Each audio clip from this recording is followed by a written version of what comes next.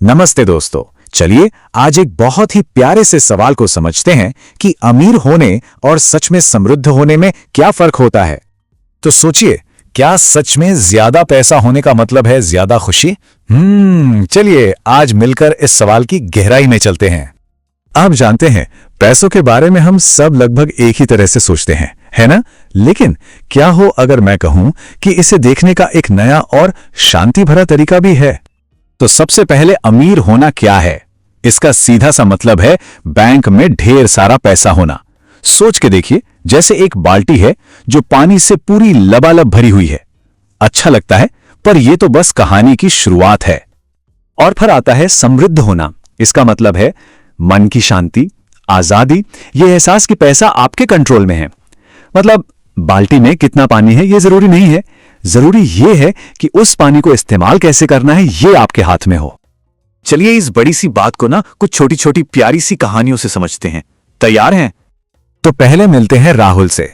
राहुल एक स्टूडेंट है, उसे पॉकेट मनी मिलती है, लेकिन वो हर पैसा बहुत ध्यान से खर्च करता है, छोटी छोटी चीजों में। जैसे दोस्तों के साथ एक कप चाय पीना, उसमें भी वो खुश हो जाता है। उसका मूड इस बात से नहीं बनता बिगड़ता कि जेब में कितने पैसे हैं। और अब मिलिए आशा से।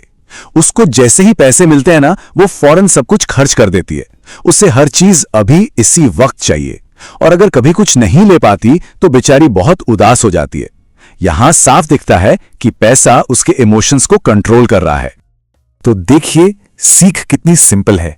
राहुल अपने पैसों को कंट्रोल करता है, लेकिन आशा को उसके पैसे कंट्रोल करते हैं।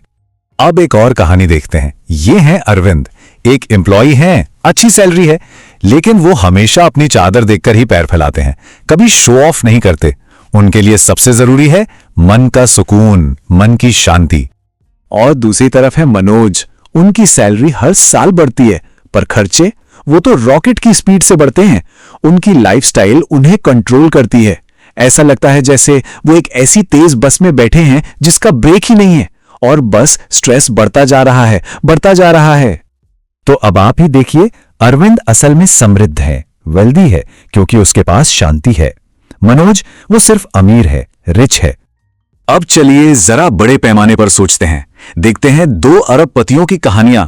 इससे पता चलेगा कि ये छोटी सी बात कितनी बड़ी है। ये कहानी है वेंडरबिल्ट परिवार की, अमेरिका के इतिहास के सबसे अमीर परिवारों में से एक। उनके पास पैसों का समंदर था, लेकिन उनकी जिंदगी वो घर के झगड़ों, टेंशन और दुख से भरी हुई थी। उनकी कहानी से हमें क्या सीखने को मिलता है? यही कि अगर पैसों पर कंट्रोल ना हो तो अमीर होना भी खुशियों को खत्म कर सकता है। पर अब सुनिए एक बिल्कुल अलग कहानी। ये है चक फिनी।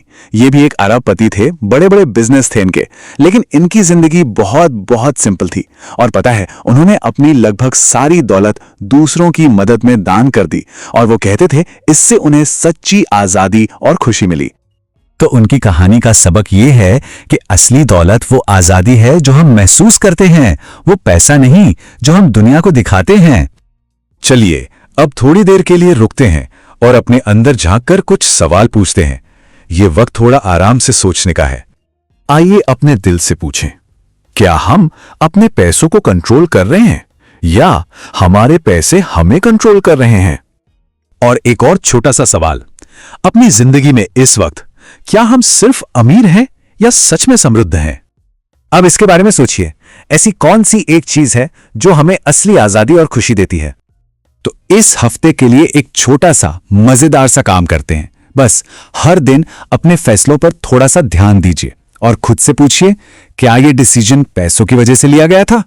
इसमें सही गलत कुछ नहीं है, बस अपने पैटर्न को देखना है, एक गेम की तरह। और आखिर में दुर्गा सर का यह खूबसूरत विचार याद रखिएगा, अमीर पैसा दिखाता है, समृद्ध नियंत्रण दिखाता है। तो हर दिन के लिए एक छोटा सा रिमाइंडर, हम पैसों को कंट्रोल करते हैं, पैसा हमें कंट्रोल नहीं करता है।